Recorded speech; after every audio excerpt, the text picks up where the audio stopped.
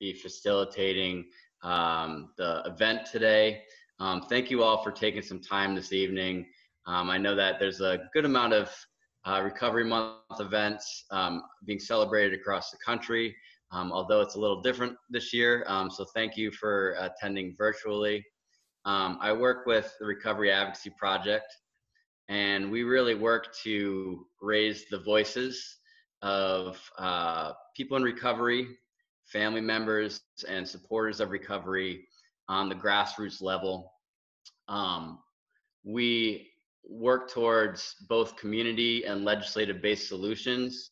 And one of the things that we subscribe to as grassroots recovery advocates, there's a saying that we've borrowed from the disabilities rights movement. It's a piece called "Nothing About Us Without Us." And so what we work to do is we work to organize locally, bring together partnering organizations, bring together people in recovery, and work towards some unifying campaigns across the state. And so we have been planning this event for some time. I wanted to make sure that, the event today, recovery is more than not drinking and drugging, right? There are these elements that help us to allow our recovery to thrive. And we're going to be hearing from people in recovery today that are going to be talking about those elements. They're going to be talking about aspects of home, community, purpose, and health. And so part of what Recovery Advocacy Project works to do is elevate those voices and those experience to work with decision makers towards those solutions. I'm a person in long-term recovery myself since September 6th of 2003. And so 2 days ago, I celebrated 17 years. And I share that.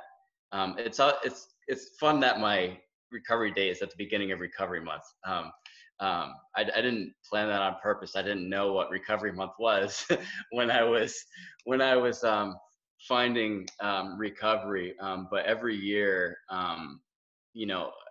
bring people together to raise those voices and to really reduce the negative public perception and the stigma. You're going to see today that people in recovery, in that sort of mindset of nothing about us without us, we add value, to the conversation. We add value to our communities. And that's really what we're going to focus on today to celebrate Recovery Month. I want to take 1 second to thank all of our partnering organizations that helped to make this event happen. So along with Recovery Advocacy Project in Tennessee, the Tennessee Association of Recovery Residences was one of the first partnering organizations that we saw eye to eye on in terms of grassroots organizing, and as well as TAADAS, as well as the Metro Drug Coalition, and then also the Nashville Drug Court Support Foundation was an amazing partner in terms of getting some special guests for the event today. And then the Roane County Anti-Drug Coalition was also a partnering organization. So I want to thank those organizations for the work you did to promote the event and to assist in talking to some guest speakers and finding other people in recovery to speak. And so I'm going to turn things over to our recovery speakers. I want to make sure we kind of keep things on time. I'd said I'd take 5 minutes, and we're at 7:06, so we're doing all right. So I mentioned that we're going to be talking about community, home, health, and purpose. The first speaker that we have to really share about the element of community, and when I think about why people maintain recovery, I think about that element of community, however they may find that, whatever community speaks to them. And so Our first speaker today, recovery speaker, is Jason Goodman. We're going to make sure we can take him off of mute and give Jason about 7 to 10 minutes to talk about the element of community. All right. Could somebody raise a hand and let me know that they can hear me okay? All right, fantastic. I want to thank the Recovery Advocacy Project for giving me the opportunity to speak today. I would really like to give a shout out to Holder and the work he's done here in Tennessee and how he's represented us locally. He's invested quite a bit of his time, and he's always letting people know that this project exists. I want to say a special thank you. Right now, if we were meeting in person, this is where I would ask everybody to stand and applaud our elected officials for partnering with us today and being willing to participate in this platform. So thank you all for being here today. We're very grateful. I'm getting that I'm getting that beautiful thing, that watermelon in my throat when I'm sitting here and I'm getting in touch with what I want to share about. I've just thought about my personal journey, and I've thought about the community that has supported me all the way, how powerful it can be to connect to a community of people and find safety, find that place where you can recover, where you can put your feet down and become accountable to a system that will support you. I'm a person in long-term recovery. I am the Director of Recovery Support Services for the Metro Drug Coalition here in Knoxville. And you know, it hasn't always been that way that I was able to say something like that. There was a man here right outside of Knoxville that had a vision. We did a media spot here. Let me preface this with this. We did a media spot here on local television that Mayor Jacobs partnered with us and participated in, and it was a stigma reduction campaign. And the whole thing was trying to get the message across that when individuals recover, families recover, and communities recover. And I thought about today Bill Hood, this gentleman here who began his own recovery process, and he saw pieces that were missing within the recovery community and treatment organizations and housing. And what he decided to do is start a treatment program here in the 90s. And I'm so grateful to him and his family for having the vision and having the willingness and really just the heart to create this place that welcomed me 3 times. I went there twice, and I was baffled by, I couldn't understand why when I left there, I picked up and used again.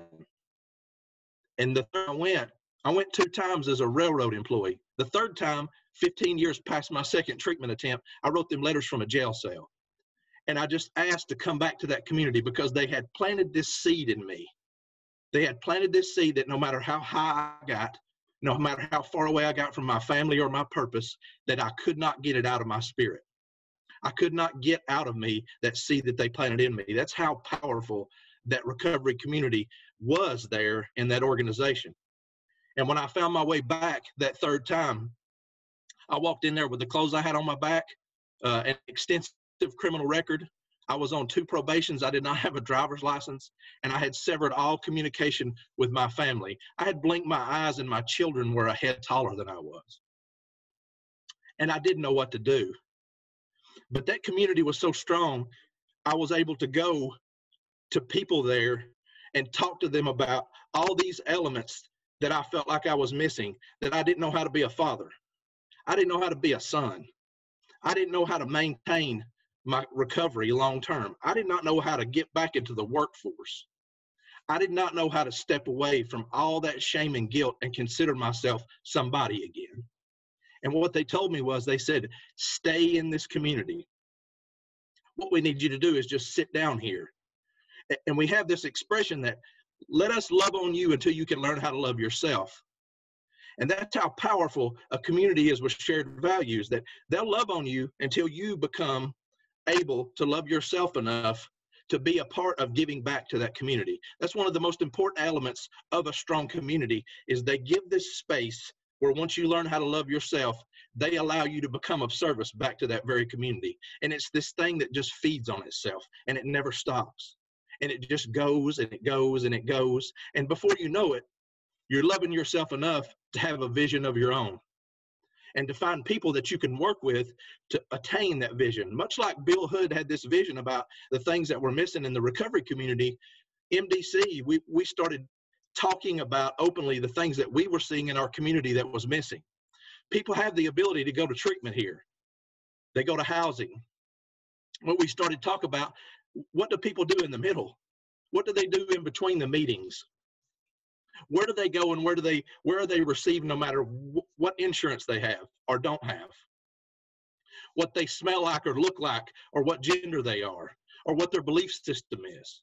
How can we create a recovery community that will welcome anybody, anytime, 7 days a week? And it's not, and this is no, I'm a part of an anonymous fellowship myself, but some of this movement has to be that we stand out front and say, we are in recovery. This is the place where you can come and recover. We're not hiding any of that. So with that vision in place, we set out, you know, I'm so grateful for Karen Pershing, our executive director here, and the amazing team at MDC. We started planning, what would that place look like? What would it look like for us to be educated enough to provide services within a place like that and welcome the people that we're talking about?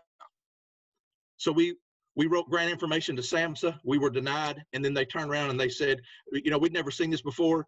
A lot of the people in our organization have been doing grant work for many years, and Karen specifically said, Jason, I've never seen this before. They denied us, and then a few months later, they turned around and said, never mind, we found some more money, we want to support your project. So SAMHSA gave us a Building Communities of Recovery grant. And in December, we purchased a 22,000 square foot building in the heart of Knoxville, right in our homeless corridor. I go out a lot of days around that building, and I pick up buckets full of needles and caps. We're right in the heart of the issue. And we had a plan. We still have this beautiful plan. But you know, my favorite quote lately is from Mike Tyson, and it says, everybody's got a plan until they get punched in the face. And that's what we found in the times of COVID, is we set out to remodel this building and to welcome everybody every day, all the time. And we started seeing the pieces of that puzzle come into place. And then we had these COVID setbacks. But what we've done is we've decided that a community does not just exist in one place, one brick and mortar location, and it's not always just in person. That there's ways that we can support the recovery community and the people that need us virtually, via phone. So what we've done is we've created a recovery coaching network and a platform to continue to support people in the times where people may feel disconnected from a community. And it's been difficult, you know, but we don't learn anything from these great successes. What we learn from are these struggles, these times when we do feel like we're separated. It's really powerful to be on here with this many people today, but I still feel disconnected. You know, I really want to be able to go and hug people again and be close to people again, and to sit down in a community event with other people in community and feel that energy. But I know right now that we can't stop. We can't stop just because we feel disconnected. So I've set a timer for myself, because I'm going to tell you, they told me, Jason, they told me beware of the pink cloud when I first started in recovery. They said, this stuff is going to wear off. Well, I'm many years in right now, and it hasn't worn off. I'm very passionate about this process. I'm very passionate about giving people the opportunity to just experience even just a little bit of how good I feel like my life is today. You know, people have taught me how to become a father again. They've taught me how to enter back into the workforce. They've taught me how to sit down and love on myself and love on other people, because this isn't about me. You know, it's about going back into this community that has supported me so strongly and give back to them. And we're very fortunate here in Knoxville to have the community that we have, and we're going to keep going. And if any of the things that I've talked about today, if you're interested in partnering with us in any way, our website is on here. We've got a social media campaign going right now in regard to the stuff that we're going to do at the Recovery Community Center, the Gateway. Please connect to us if there's anything that I can do personally or we can do to support you or anybody that's in the community at large. Please let us know. And again, I'm very grateful for the opportunity to be here tonight, to get that watermelon in my throat, because it's been a long time since I've had the opportunity to speak to a group of people like this, and I'm just grateful. It's overflowing. It continues to overflow. And I just hope that the people close to me in my life can see that or feel that. And thank you all for being here tonight and being a part of this, and for giving me the time to speak. Thank you. Well, yeah, I mean, we're grateful, and I can certainly feel it. I saw a lot of people nodding their heads, and so thank you. Making sure that we can give the platform to people in recovery, and I liked how you talked about that ripple effect, that recovery can have, and it's not just treating an individual; it's family members and whole communities. And I always talk about this where there's a cornerstone in recovery where the foundation of it is one person helping another on a personal level. But then there's that piece about recovery advocacy that you were talking about, that when you're working with whole communities, you're going to end up helping people that you may not ever meet one day, and that's the type of work that we can all do together. And that's what recovery advocacy is about. Thank you, Jason. I appreciate you speaking out. Our next two speakers are going to be talking about the importance of health being a part of their recovery. Andrew Kreischels is going to speak, and then Dr. Susie Stolarz is going to speak right after Andrew, and they're going to share the next 10 minutes here. So we'll give the floor over to Andrew, talking about health. Thank you. Hello, can you hear me? Can you hear me? Yes. Good, great, cool. Hi, I'm Andrew. I'm a grateful recovering alcoholic, and I'm thrilled to be here. And I'd love to thank my dear friend Susan Binns for inviting me into this. She's a force of nature. I really do devote my entire life to living and helping other people live in a centered, grounded body. All the research about recovery and addiction and trauma is that it's trapped in the body. And a lot of us talk about it, but I think you actually have to get up and move sometimes. So that's my place is called Creative Action, actually using the creative process in your body to promote healing.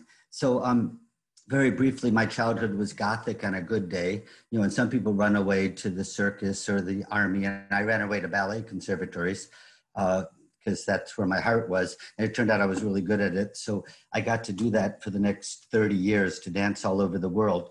And, I survived on the good dancer diet of bourbon and cocaine and cigarettes, the three main food groups. And somehow I ended up in the middle of that finding sobriety. My dearest friend in the world, Stuart, would guide me to meetings when I was too drunk to get out of rehearsal. And he would just put up with me forever. And unfortunately, he succumbed to the AIDS epidemic and died. And I just thought I could never live without that guidance. And I had 6 months of blackout drinking, and then came into this group 30 years ago. So for the past 30 years, somehow I have maintained serenity and sobriety in my life. But what I always say is people who are centered in their body all the time, clinically, those people are called liars. Nobody is centered all the time, right? If you just find your center and you drop, boom, off of it, that's off center. And then you regain the center. So people, in my view, who are succeeding in recovery know where their center is, and they have like dashboard lights that go on when they fall off their center, and then they have the wherewithal to regain that center. So it's not being perfect all the time. I rely on my friends to say, hey, you're way off center. So right now I'm working here at my Creative Action Studio. I'm working at on-site workshops. I'm working at Yana. I'm working at integrative life centers. But in the blessing of this COVID, I'm working with people all over the world, just like this. It's not quite the same when you can't actually touch people, but you really can. You can really put your hands out and feel the connection. But everything I like to do is to find out, to go from I to you to we, to find where in your body is off, and to notice where your alarms are firing. With me, it's this left shoulder. It usually has to do with boundaries. And as a child, those boundaries weren't respected. Where in your body, what is it saying to you? So I'm so sick of this metaphor, but when the airplane loses oxygen, you have to put your own mask on first. You have to take one full breath, let the air all the way out. Inhale is an involuntary muscle reflex. If you have the faith to let the air all the way out, the new air comes in. Our body's natural state is full of air and centered. So I am. So you develop tools. What are your toolkits to find I am? Once that happens, then you can reach out to another person. You are. And just unless we're going to leave here and go sit on a Himalaya and eat one pine nut for the rest of our lives, we're going to have to deal with other human beings. Where is that boundary? Where do you establish the trust with another human being? How to establish trust and boundaries and interdependence, where you're centered and you're with other people who are centered. Hopefully what happens after that is you can join a group and you can be part of a community. When you're centered and you find your tribe of centered people, then community, I always think community is the opposite of trauma. We also hear that connection is the opposite of addiction. So you go finding your center, developing your trust with another human being, and then finding yourself as part of a community. I am, you are, we are. And then we all help each other. And listening to these bodies, I promise, if the whole world would take one full breath once a day and listen to their own body, what are you trying to tell me, body? And to listen with compassion and curiosity. And whether or not you get an answer, just say, hey, body, what are you trying to tell me? Thanks. Cool. I think that's about my 5 minutes. Thank you for inviting me. Lovely to meet you guys. Bye. Thank you so much, Andrew. I was thinking a lot when you were speaking. I have these like self-care cards. It's a stack of cue cards, and I wrote like 50 different, health wellness things on it, whether it's take a break to do a meditation or do 20 push-ups or sit on the porch and be quiet for a while and just listen. And it's that practice element, people, one of the things that I learned early in recovery, that when I go out and I run for a couple miles, like that's part of my recovery, right? And that goes back to what we were talking about at the beginning, that stopping drinking and drugging is one thing, but the maintaining piece is a lot more pieces to it. So Dr. Susie Stollarts, I want to make sure we give you some time here. Let's take her off of mute. Thank you, Andrew. Yep, go ahead. Oh. We good? Yes. Good. Hey, everyone. I'm Susie. I am a person in long-term recovery since December 8th, 2004. And I'd like to also thank Aaron and Susan Benz for inviting me to do this. I was truly humbled and honored. And Susan knows me back from my beginning days when I stumbled in. And, it's really interesting being asked to do this because, the old thoughts of guilt, shame, I'm not worthy, and always thinking, wow, all these people that have so much to offer and to share, and I wonder if someday that'll ever be me. So this is actually really a really cool experience. It's the first time I've been asked to do something and to touch on health. I work out a lot. I was always an athlete, and then, drugs and alcohol obviously got the best of me.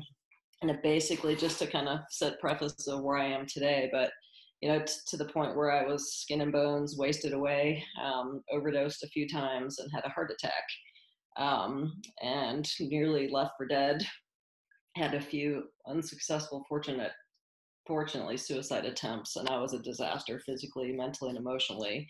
But since I've been in this recovery community, I have gotten back to exercising and working out. And, for me, I lift weights really hard a couple times a week, but I've gotten into what's called rucking. It's basically walking with a military rucksack with steel plates of weight. And it's a whole community. And for me, it's been interesting. So I've trained and I ruck at least 3-4 times a week. I put in a couple 100 miles a month. And it's outdoors, rain, shine, snow, you name it. And it was interesting. So this last year, I was 49 years old. I just turned 50. I honestly, when I was, a partying rock star, I wanted to be like Janis Joplin and, have a story and die before I got too old. But when I was 49 this last fall, I actually signed up and I did a 58-mile ultra marathon ruck through New York City in 19 hours. And I started training for it. But the biggest thing, all the things I read about were you had to have a why. Why are you doing this? And they said, if you don't have a why that you can connect with, you will never finish. And for me, it was instantaneous, simple. This whole appreciation for the fact that I'm alive, that my recovery is thriving, that my body has healed, my mind has healed. I mean, my heart miraculously healed. I have no heart damage. And so with all the training, it was super simple. I just made the decision that I would not quit. And I work out very hard. But part of what I love about exercising is, one, it keeps me more centered and in the moment than anything else, because lifting heavy weight or struggling to walk another step with all this weight on my back, if I don't focus on right now, where are my feet, I'm not going to be able to succeed. And there's something about being outdoors. It's exhilarating, the fresh air, just honoring my body.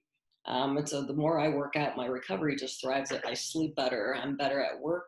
I have a better work-life balance. I'm a better spouse. I'm a better mom to my 5 furry kids, that I can take care of well today because I'm in recovery. But the exercise, just something about feeling strong. I get emotional talking about it, because really, from where I was to where I am today, it's the most important thing in my life. Part of my recovery that keeps me going, and I'm better at everything else because of my physical health.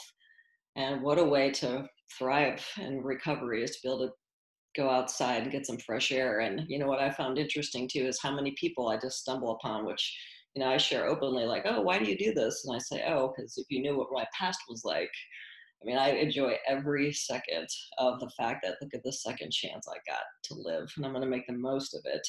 And so I share with people, and for me, organization wise, I'm definitely open. Anybody that I meet, I invite them to come along with us. There's a group of us that go, and all beginner levels, everyone's welcome.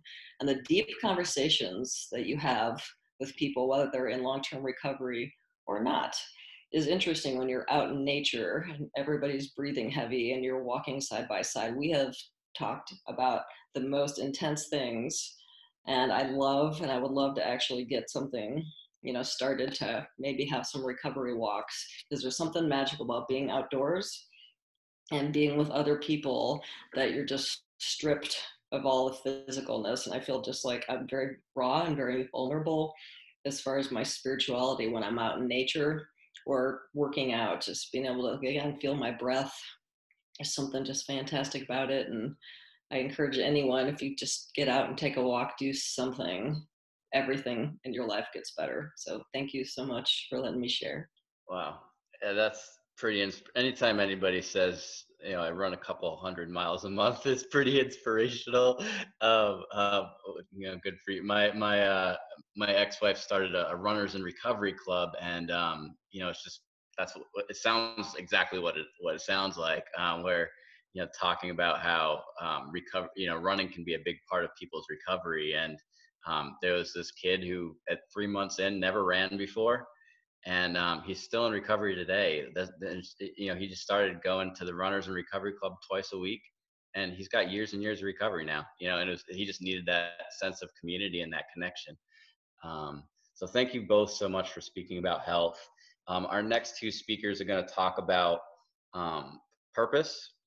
And we've been doing a lot of listening sessions in Tennessee, and employment comes up all the time in terms of what people in recovery are experiencing and needing. And we know that people in recovery are hard workers.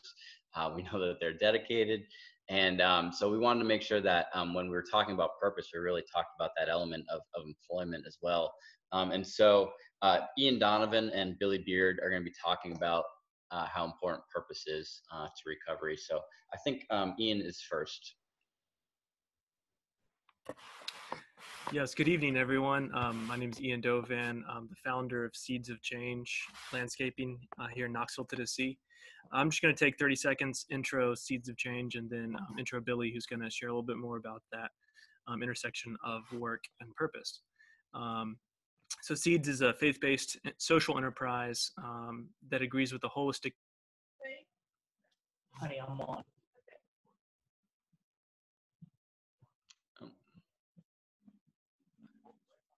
Hold on a second.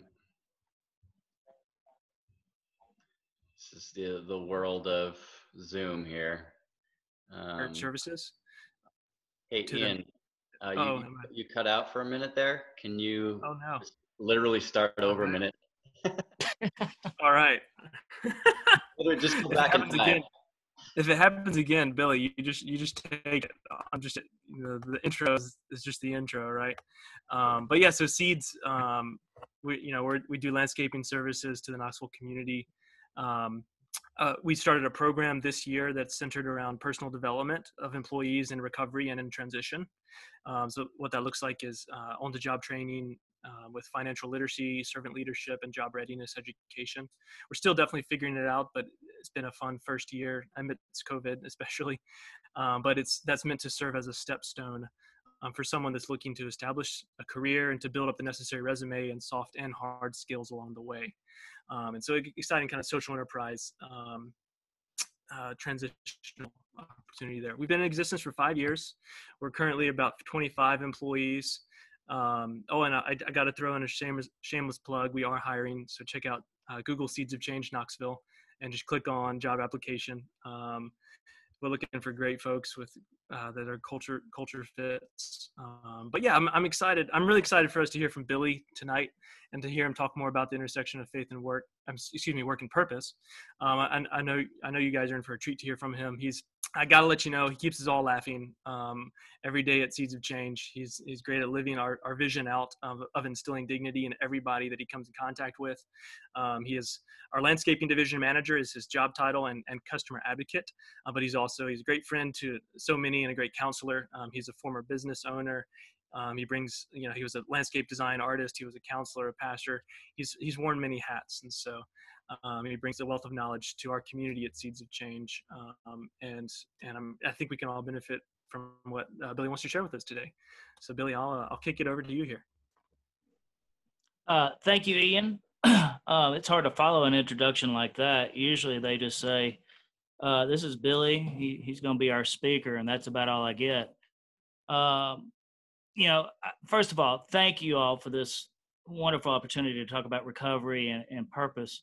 I'm also in recovery long term, and every day is new, and it's by choice.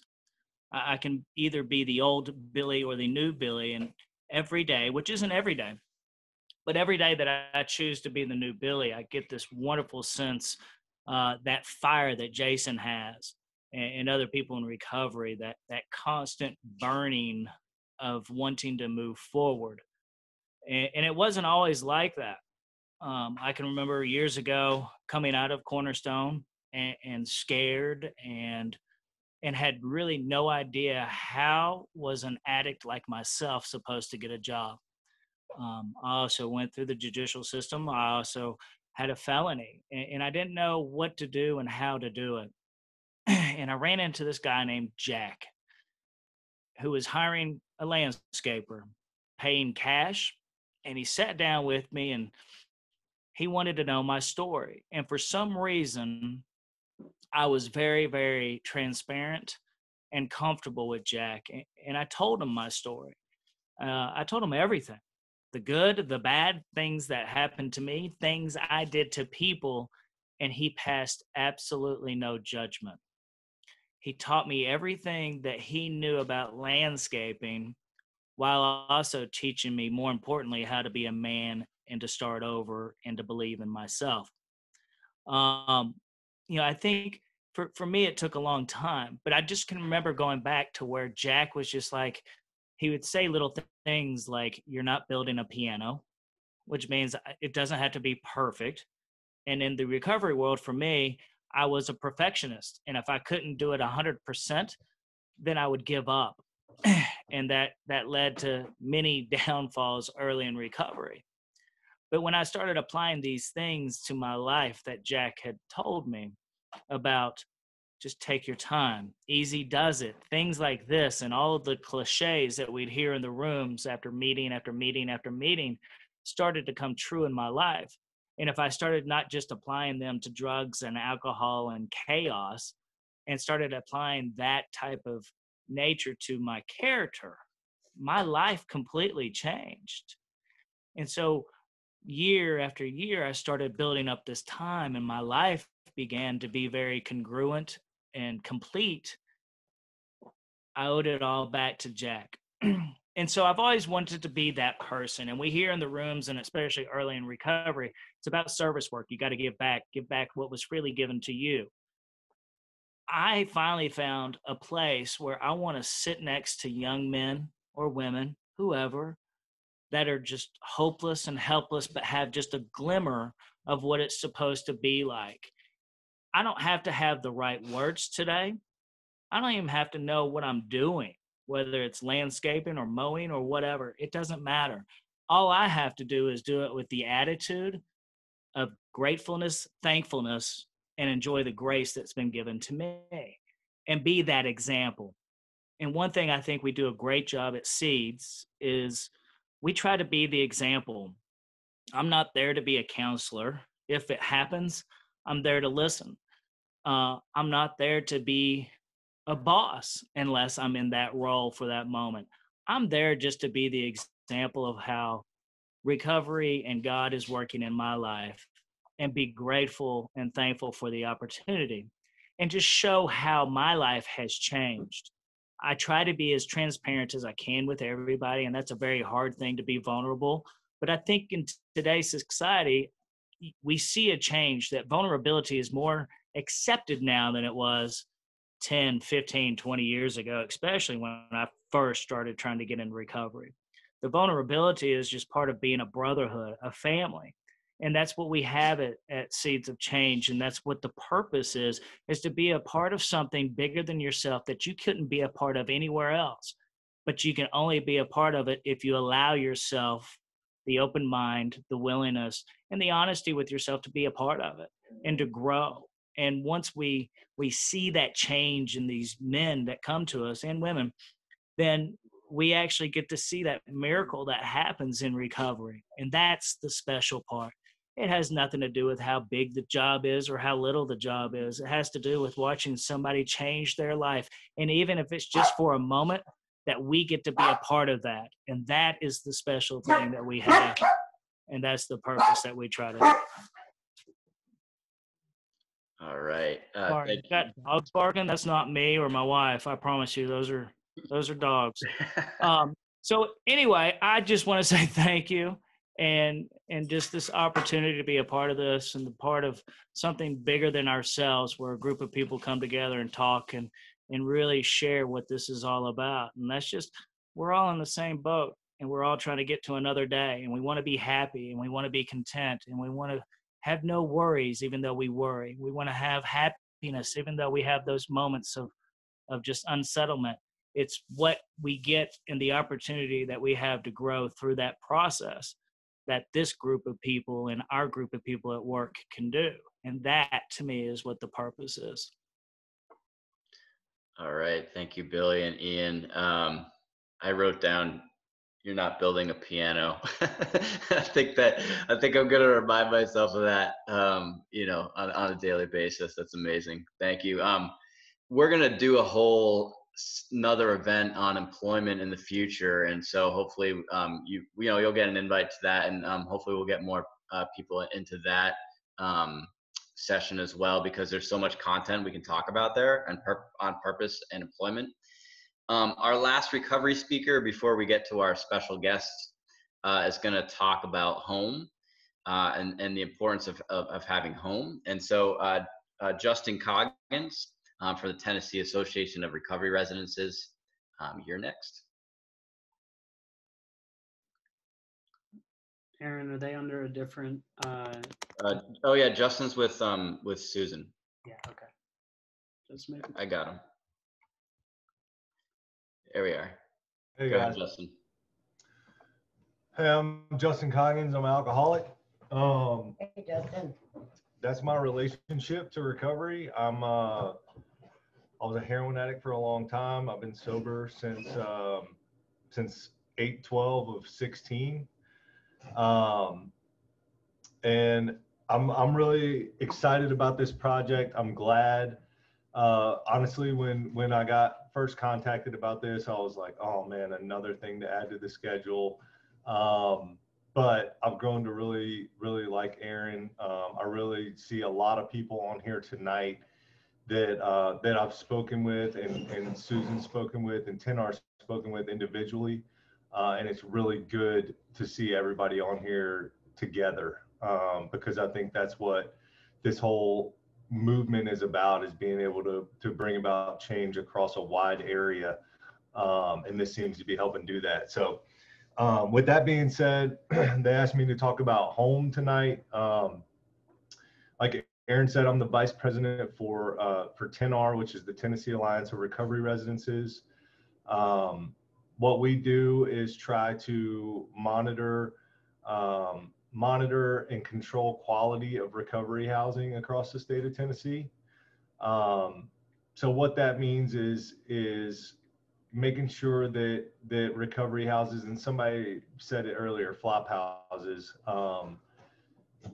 try to push them out of existence. I know for me, I lived in 20 something sober livings during my journey getting sober. I went through 11 inpatient treatment centers, and they all suggested that I go to sober living, and I always listened. I usually never stayed very long, but I did listen. So sober living for me was a place where I could get all the things that have been talked about tonight. The health, the community. Sober living to me now is about community and accountability. For me, when I came out of treatment, I needed to be told what to do. I needed a schedule. I needed a structure. And I didn't need it to be in a punitive way. I needed just somebody to guide me, because I had great parents and they tried to help me out, but my parents didn't have addiction, and they didn't understand exactly what I was going through or what I needed. And so my philosophy on in the home is it's got to be a safe, clean environment where I can learn how to live sober in the world.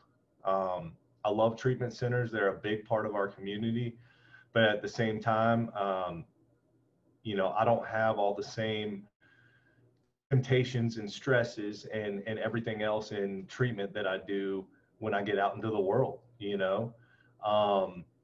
For me, exercise was a big thing in the home too, and sober living helped me create that schedule. So my first year of recovery, when I was in sober living, I got up, I went to work, I came home, I went to the gym, I went to a meeting, we went to dinner, I went to bed, and if you would have asked me at the time, that was the most boring thing I'd ever done in my life.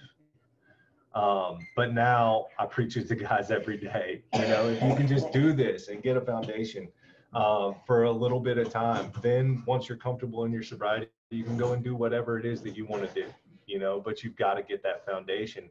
And for me, sober living is where we get to bring about that real change, and I'm a big believer that me and anybody that works with my organization, we're just kind of vessels for God to make it happen. But I along with being with TAADAS, I own and operate 10 recovery houses in the Nashville and surrounding areas, from Nashville to Dixon.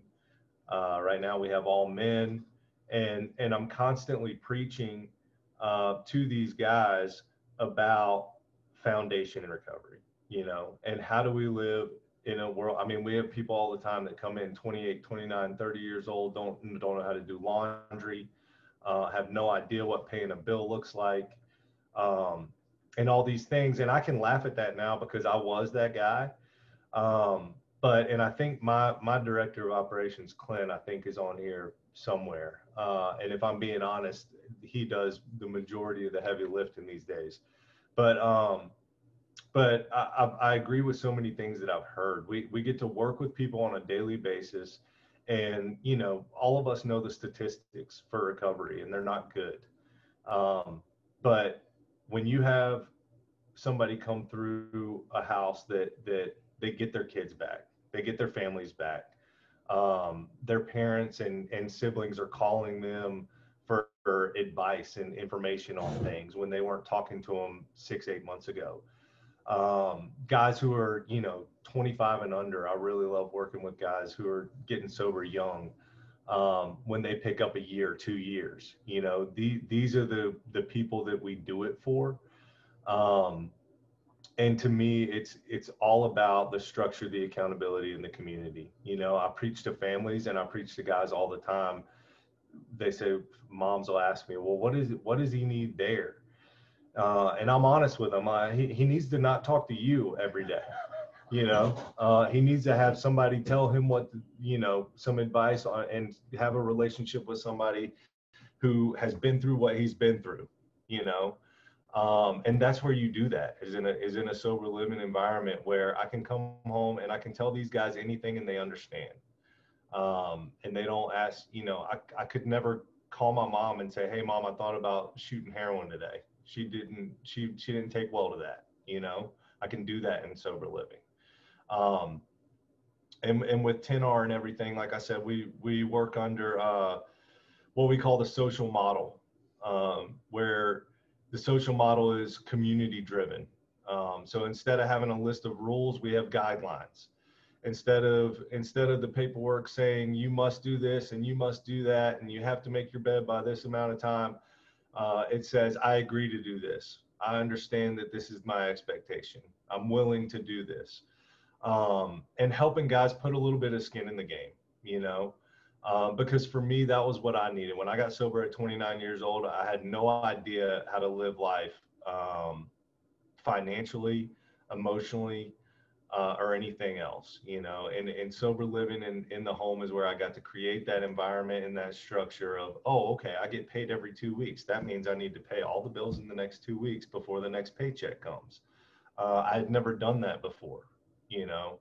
So I'm really excited to be here. I really appreciate everybody else being here. I'm really excited to see all the people on here being able to talk together, because I know we've had some great speakers, but there's a lot of heavy hitters on this Zoom call tonight across our state, and that's awesome. That's fantastic. So thank y'all for letting me be here. Hey, Justin, thank you so much. And I definitely, you know, when Justin said a lot of people in recovery learn how to do their laundry in recovery homes, I could definitely attest to that. I was in my first year, I was 7 months of my first year, I was in a recovery home. And I went to do laundry for the first time, and I turned the water on. I just threw everything I had in there, you know, darks, whites, colors, it all went in the same bin. And I knew it needed some sort of liquid, you know, and so I just picked up whatever was on the ground and just dumped it in there. And I have these great black t-shirts that have these great bleach stains on it, you know, because I just poured bleach right into the washer. And I kept those t-shirts. I kept those black t-shirts with the bleach stains on it, because I wanted to remind myself that at one point, you know, like I couldn't take care of myself. You know, and what Justin said, a lot of us learn how to take care of one another and ourselves in recovery homes. So good quality recovery homes. We're going to hear from our special guests. We have 2 judges and a mayor on today. Judge Seth Norman's retired. Judge Angelita Blackshear Dalton is with us today. And Knox County Mayor Glenn Jacobs. And we wanted to, and in that order, just Seth, Judge Norman, Judge Dalton, Mayor Jacobs. We just wanted to, you know, get your thoughts and reaction to listening to people in recovery, and then also talk about what your connection is, you know, to recovery or addiction, or like why you're here, what motivated you to join us today. And so Judge Norman, you're off of mute. If you can share first, that would be great. All right, I'm Seth Norman. I'm a retired criminal court judge. I was on the bench some 28 years. And during that period of time, I learned that there was much more to do for people who are addicted than to just lock them up and put them away. I have a little experience in that myself, in that I've been in recovery over 32 years. Listening to the people today just reminds me of what the situation was really like, 28 years ago when I first went to the bench. there weren't people like Susan around. There wasn't, they talked about flop houses and that's all they had. I never thought about the health of people until I ran across Dr. Roland Gray, who taught me all about that. And just the community and what you've learned today, or what I have learned today, to listening to people, I'm afraid to say that it had almost become automatic to me, and I was glad to be reminded of what it was like a long time ago and how far recovery has come in the last 30 years. It's amazing to me, again, I'll go back and say that when I first came on the bench, Tennessee had an awful lot of judges that said there's no sense in doing anything, just lock them up till you dry them out. And of course, everybody knows that didn't work. And we were fortunate enough to be able to begin programs that would help people who are suffering from addiction. It's been a great pleasure to me over the years to work with these people. I've always told people whenever I've been asked to speak, and they don't understand this, they're beginning to understand it now. I said, what you got to understand about people who are addicted, 95% of them are good people with a bad problem. That's just all there is to it. And when you start to understand that, then you can understand what their problem is. And when you understand what their problem is, you'll understand that they are, in fact, very good people. Thank you, Judge Norman. Judge Dalton, we're going to take you off of mute and have you respond to the recovery speakers and just talk about your connection to the issue. Absolutely, and thank you so much for inviting me to participate in this town hall discussion today on this very important topic. I am a criminal court judge in Nashville. I've been on the criminal court bench for almost 3 years now, and prior to that, I was the general sessions court judge for 11 years here in Nashville. And prior to that, I was an assistant district attorney general here in Nashville. So my background has been my involvement in our criminal justice system. And so what's strange about that is early on, especially during my days as a prosecutor, when I became a judge, I think I got a better understanding, as Judge Norman just touched on. During my days as a prosecutor, I think that my lack of understanding of addiction was not helpful because, as a prosecutor, I was one who said, well, lock them up. But as I began to understand the issues and began to understand, just as Judge Norman said, these are not bad people. They're good people who have some problems that need to be addressed. It's a sickness, and we have to understand that. So I gained a great appreciation for that. My connection to the recovery community is I take my robe off. When I take my robe off, I am a wife, I'm a mother, I'm somebody's daughter. On Sunday, I go to church and sit on the pews with people in my church community. On Saturdays, I go to the grocery store and shop with people in my neighborhood or in my immediate community. My husband and I walk the neighborhood. We enjoy time with our neighbors. We go to restaurants and eat dinner. I'm human. And I have to remind myself of that every day. And with everything I just mentioned, it makes me a part of this community, a part of this village. And I know that we're all very familiar with that African proverb of it takes a village, and that's exactly what it takes. It takes a village. It takes me. If I take my robe off and put my human, my mother, my daughter, my wife, my neighbor hat on, I'm a part of that community that is so important to recovery. My experiences are not the same as the experiences of those who spoke earlier, because I personally have not dealt with recovery from substance or alcohol abuse. I've not personally dealt with that on a personal level, other than recognizing that my role is to participate in some fashion, some level, to help those who come through the recovery communities, whether it's through the courts or whether it's a neighbor, whether it's a relative or whoever. So that is my connection. My connection is more of that not the judge role, but that human role.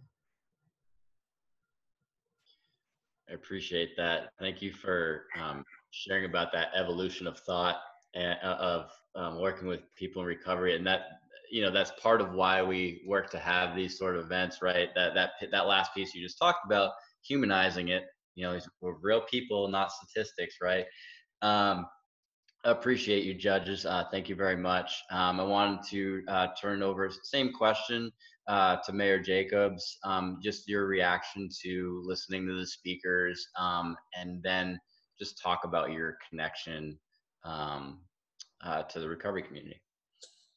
I think that my most visceral reaction was thinking about how much courage it takes to take the first steps on a journey to recovery and then to stay on that path, and the dedication, and just really how hard it is, because it's just very difficult. I remember when I first met Jason Goodman, and he was talking about the people that they see at the Veteran Drug Coalition, and one of the major obstacles is just someone getting some sort of ID so they can get a job, because they don't know how to do that. They don't know how to get the driver's license back. And things that other folks just take for granted, it's very difficult to do. I came from the entertainment industry, which many of you guys know. I was in WWE for years before I got into politics. And I'm fortunate because I didn't have that personality. I didn't have whatever it is.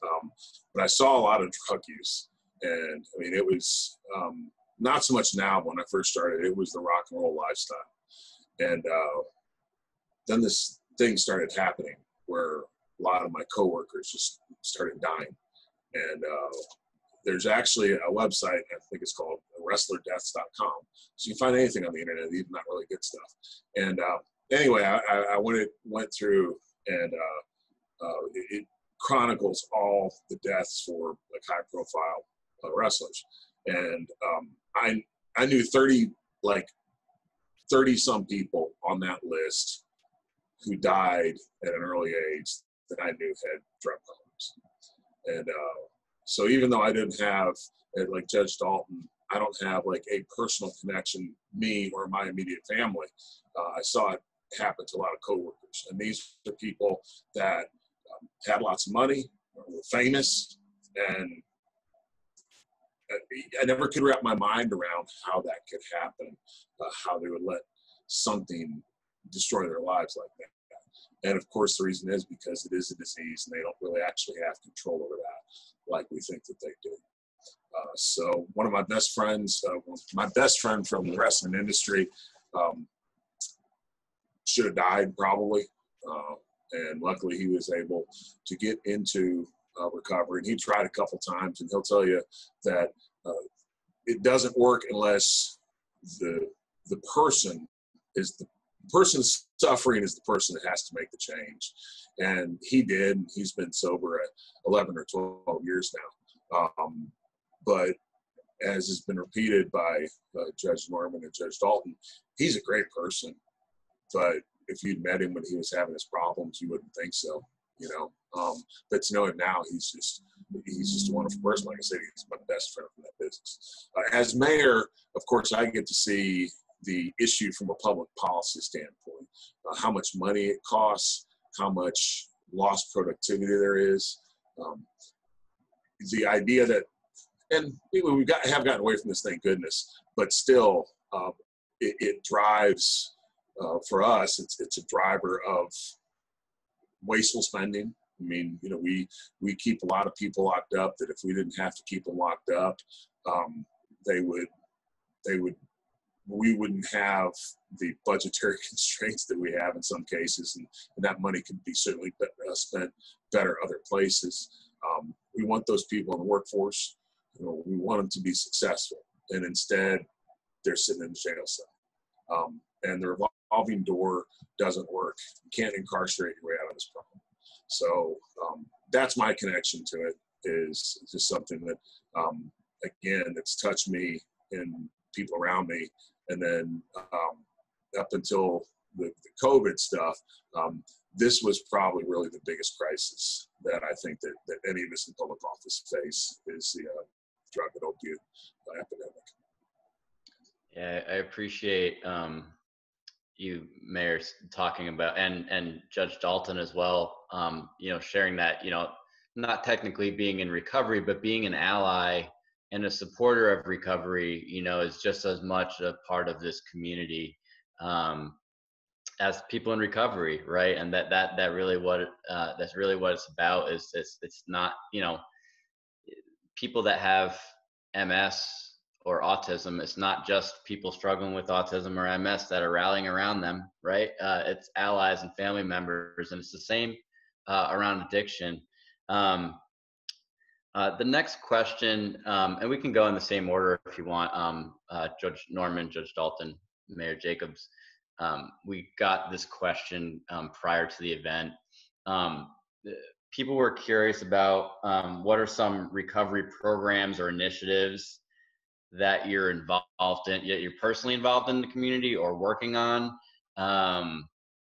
We know that, working with people in recovery and decision makers, elected officials can go hand in hand. What are some of the things that you all are working on? We'll go to Judge Norman first.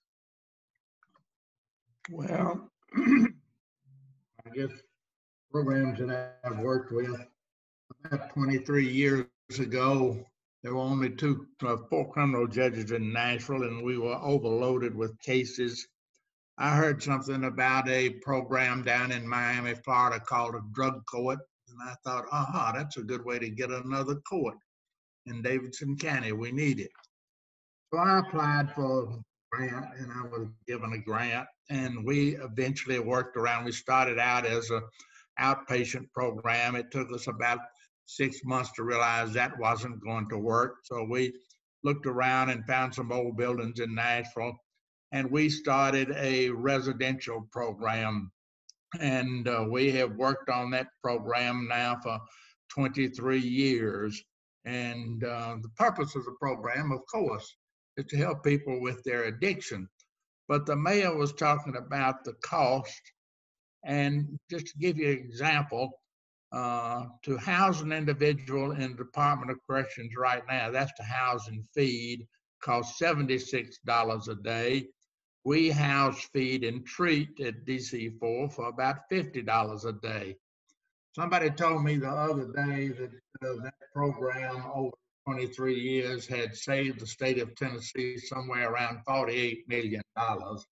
I don't know whether that's true or not. I don't mess with figures like that. I'm not smart enough to do that. After we started that program, then about 13 years ago, 12 or 13 years ago, they came to me and asked me if I would help with a program in the 13th Judicial District, which is in Crossville and up in that area. We got that one up and running. 7 years ago, they came to me and asked me if I would help to start another residential program, and we started the program in Morgan County, which is a program for males. They're both DC4, we call the Nashville program, and Morgan County are both long-term residential treatment facilities for people who are addicted to drugs, and we place them there rather than place them in jail. Then about a year and a half ago, maybe 2 years ago, Governor Haslam asked me if we could get a female program started. And we hope to open another 100 beds for females in the first of next year. It's sorely needed. All of the jails in this state are just overloaded with individuals, excuse me, that don't need to be incarcerated. I don't believe in treatment in lieu of incarceration. I believe in treatment in conjunction with incarceration. The incarceration in this particular situation being in a residential treatment facility. So that is a connection I've had over the years with treatment facilities. Thank you, Judge. I'm glad that both yourself and the mayor talked about it in terms of cost and cost saving. And the mayor had mentioned, an epidemic of addiction, and then on top of a pandemic, right? I know, working in advocacy, even on the state level, making sure that we're fighting for state resources and dollars to prioritize around addiction and mental health. Because if you think about, you know, less resources for people that are struggling right now in the middle of a pandemic, we need to make sure that, obviously when we're looking at city budgets and state budgets and all of that, that if anybody needs help from the recovery community to have their voice heard during that process, I'm sure there's more than enough people on this call that would be happy to help with that, with those testimonies. Judge Dalton, same question to you. What are some recovery programs and initiatives you're involved in right now? Okay. Well, I think that Judge Norman last talked about the residential recovery program here in Nashville that we're hoping to get off the ground at the beginning of next calendar year, which I think is the perfect segue because thankfully Judge Norman has done, Judge Norman and Jerry Thomas have both done so much of the groundwork to get that program up and going. And once it is up and going, they're doing the hard work. And then once it's up and going, they're going to give it over to me. And I'm excited about that I'll be presiding over the residential recovery program for women. We all know that there is such a need, for a program such as that for women. And let me say this, I think that those of us in the court system, those of us in the judiciary particularly, and I speak to this because this is what I know, within the state of Tennessee and really across the entire nation can be very thankful for what Judge Norman has done for the recovery community.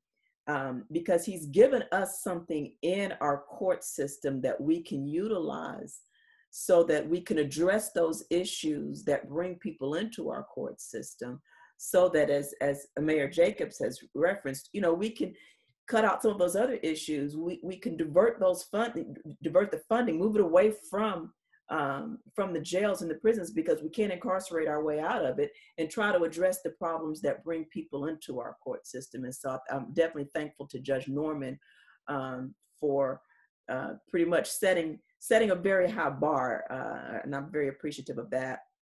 Over the past several years, my involvement as a judge has been somewhat limited. In General Sessions Court here in Nashville, there is a recovery court program. I did not preside over that program, but I was involved with assisting in any way that I could with the recovery court program in General Sessions Court, whether it was by way of referrals, whether it was by way of sometimes stepping in and helping to preside when the judge couldn't. And and I did it because those things are so, that avenue was so important to helping us address the issues that bring people into our court system. I say all the time that if we can't address that issue, it's just going to continue to bleed. If we don't do something to cauterize it, it's going to continue to bleed. So another thing, although it's not necessarily directly involved with the recovery community, I think that there is some correlation between some of the things that I have seen in over the years, and that is while I was in General Sessions Court, I did preside over our domestic violence docket, and there was always a lot of times a connection between the cases that I was presiding over and issues related to addiction. So, we tried to do things in that regards to help the victims of domestic violence to try to address those issues as well. So that's kind of been where what I've been doing over the last few years, and what I plan to do once we get the women's residential facility up and going, hopefully next year.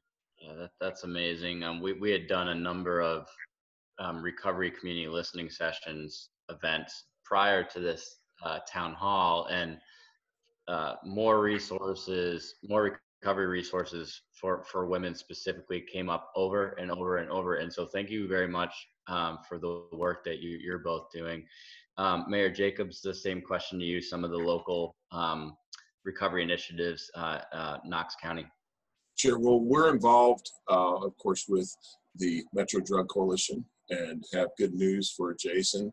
We're going to be able to support the Gateway Project, which is, I think, is a very important project. One of the things that we've done, and we really haven't done it, but we've worked with the faith-based community to get them activated and to get them involved. So there's a group in town, it's the Knox County Church Network, and looks like they're going to have be launching within the next year a faith-based intensive, I guess, outpatient, but they'll have some residential housing and that sort of thing, as well as been working with the Metro Drug Coalition in conjunction with the church network and a group called Focus Ministries, that they basically start in our detention center here with a Bible study with inmates, and kind of work their way all the way through coming out and helping them get a job, stable housing, and that sort of thing. But with the help of the MDC, we're going to be able to get more of a diversion away from going into the detention center through our recovery court. And again, we can't say enough about Judge Norman and the work that he's done with the recovery courts. Another project that's kind of more long-term, but something we're looking at regionally, is kind of the model that they have in Morgan County with Morgan County Residential Recovery Court, and doing something similar to that here closer to Knox County. Thank you. And this last, I appreciate that. We can stay with you for the last question, work our way backwards here too.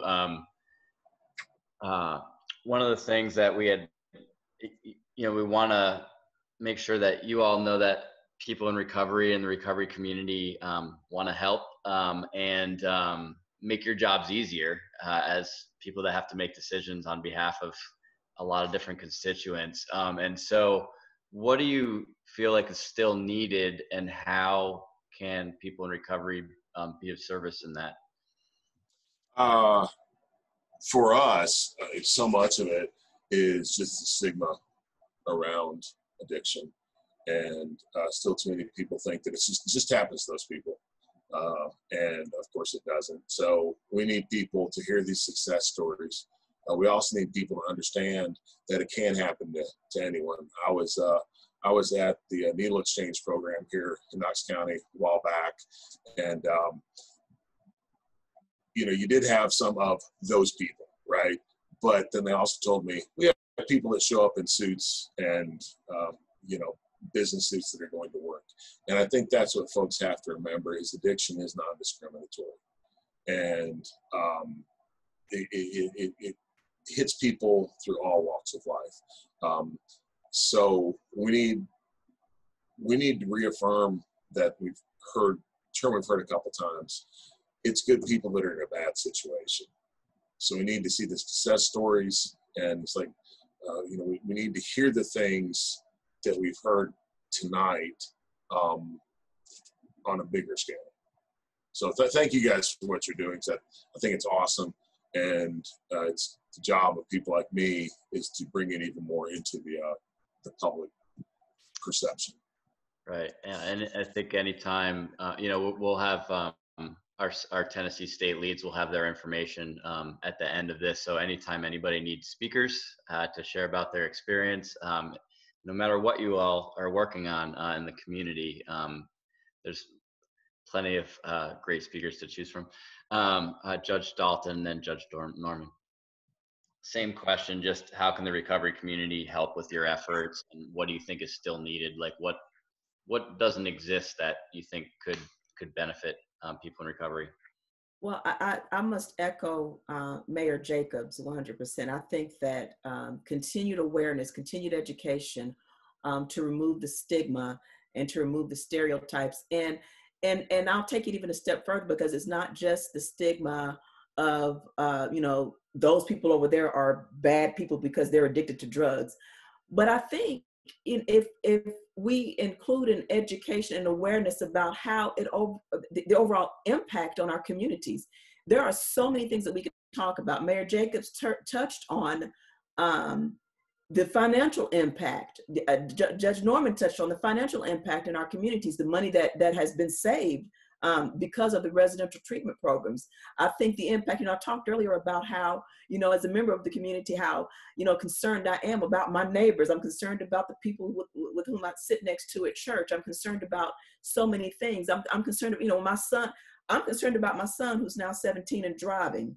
It's someone under the influence driving and hits him. So those are the kinds of things we did. I think if we continue to educate and bring an awareness of how addiction not only has that impact on that individual, somebody, and I wrote it down and I love this. I think Jason Goodman said earlier, when an individual recovers, families recover and the communities recover. That, I think, it brings back to that education and awareness, so that, because it takes a village, and we are the village. Everybody in this community, we are all the village, and we're all affected, whether we know it or not, whether we want to accept it or not. We are all impacted by it. Thank you very much. And just again, echoing the piece about cost and save. I've lived in states where, if a state gets in financial trouble or a governor's looking at the budget, and the same thing, of course, is on city levels, it's pretty easy for people to cut addiction and mental health dollars if there's not that strong voice. And so one of the things we're working on and as the Recovery Advocacy Project is building that voice, that silence has resulted in cuts in services and resources. And then budgets get in even worse shape because the cost of untreated addiction blows holes in budgets, and people are revolving door. Yes. And so it's an investment in people and community. So thank you for all three of you really fighting for that.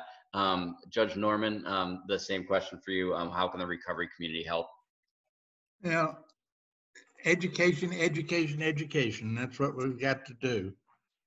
One of the strongest things I've seen lately, or not lately, over the years, is the effect it has on people when they go to a graduation or when they go to a coining out, as we call it in the community a lot of times. But I've seen people that are just hard people, not believing that you can do anything with an addict, and they go to a graduation and they come away with tears in their eyes.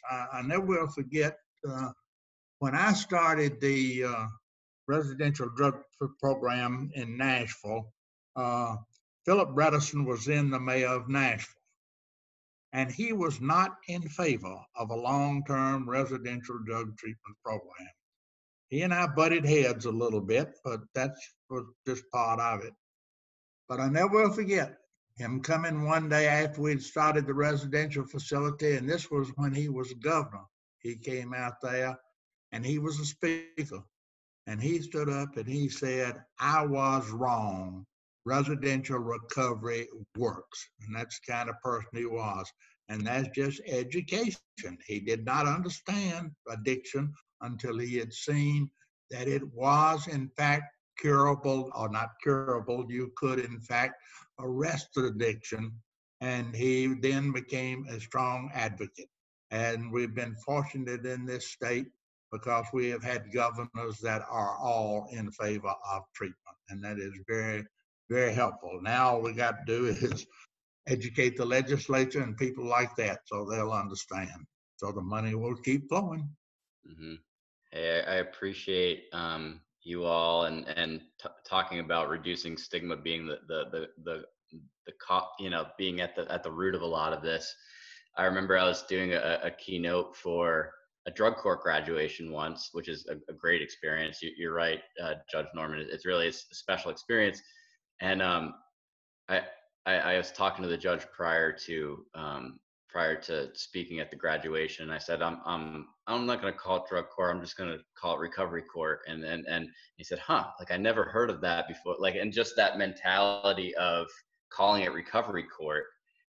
He had been doing that moving forward. Instead of talking about drug court, he calls it recovery court. And it changes the way that the participants actually view the process of working in that. And so, and some of it just, you know, some of the reducing stigma and language is like, is about, you know, that change in perception just with how we talk about it. And so I appreciate the three of you. We're doing pretty good on time. I wanted to make sure that I acknowledged and thanked the Tennessee leads. Every single state in the country has state leads. We're all over the place. Tennessee is a very active advocacy base that we're working with. I wanted to thank Matt Holder, Chandler, Claudia, Caroline, and Susan, who are all on the call, and just, you know, got together every week for the past 2 months or so and talked about making this forum a reality. And they work to get the speakers and they work to promote it. And so I wanted to make sure that we thank them. We can, you know, even though we can't really hear, we can give them a thumbs up or an applause. And I wanted to turn things over to my coworker, Garrett, who we're both organizers for Recovery Advocacy Project. And he's just going to talk about, you know, some next steps and how to get involved, because we work to create grassroots campaigns. You know, if you all need a couple hundred signatures of a petition to make your voice louder or get your point across, we're able to do that for you. And because we're building this network in Tennessee. So again, thank you to all the partnering organizations that help promote the event, and our special guests, Mayor Jacobs, Judges Dalton, and Judge Norman. Thank you so much. Garrett, I'm just going to give you the last 5 minutes here to talk about Vote Recovery and Recovery Advocacy Project. Sure. Thank you. And thank you to everybody, all of our speakers and our elected officials. Before I went to the next step, you know, personally, it's so wonderful to hear from judges and elected officials. I'm one of those people. First off, my name is Garrett Haight. I'm a person in long-term recovery. And it means specifically to heroin and opiates. It means I haven't used alcohol or drugs in over 5 years. But I remember I certainly didn't get any of the help I needed when I was, my sober livings didn't sound like what Justin was describing, so to say. And it was actually a judge where I was originally from South Florida, who kind of stopped me in my tracks and really put basically said, you know what, I'm no longer sending you back to jail. This isn't working. Let's try something else. So it's so incredibly important to me. I think judges work with our community so much, and local legislators and local officials of how important it is for us to all work together and to hear from one another, and all of our personal experiences of what, you know, and me as somebody in recovery now, it's like I'm not a burden on the economy anymore. You know, I'm employed, I pay taxes, I work for nonprofit organizations, I volunteer my time. And it started with an elected official who was like, this isn't working, I'm gonna try something else. And I didn't personally ever get involved in civic engagement up until about 4 years ago. And that was out of a result of what everyone has been talking about. You know, it's like my friends were dying. And I didn't really know I was getting into advocacy. Me and two other of my friends, after watching our fifth friend die in the span of 3 months, went into our local elected official's office and demanded change. And we worked with them and we wrote laws. And you know, it was kind of this eye-opening moment. It was like the change is going to happen at the community level, and it will go ahead and it will spread to the top. So thank you. I just wanted to echo everything that Aaron had said also. Like, thank you so much for being involved in this discussion. It's incredibly important. And as somebody in recovery, you know, it's important for me, someone who has the ability to speak up, to support you and to support my local elected officials. When you show up for us, it's important for us to show up for you. Which leads to kind of like why we're doing what we're doing with the Recovery Advocacy Project. I have the pleasure of working with leads all over the country, just like here in Tennessee, holding discussions like this. And we want to empower people in recovery who have the willingness to step up and speak out, and give them the tools and the knowledge and the organizing skills and the resources to be able to accomplish what's needed in their local communities. So I'm just going to share my screen real quick, and then Aaron, if you can see it, just let me know. Yep, we're good. Great. So I just put everybody's everyone that you've heard from today. I saw a few of the chats come in, and they were asking how to get involved and get contacted. Everyone who spoke today, their websites are listed right here. Take a picture with your phone and please go to their websites, sign up with these organizations, sign up for their mailing list, reach out to them on their websites, get involved.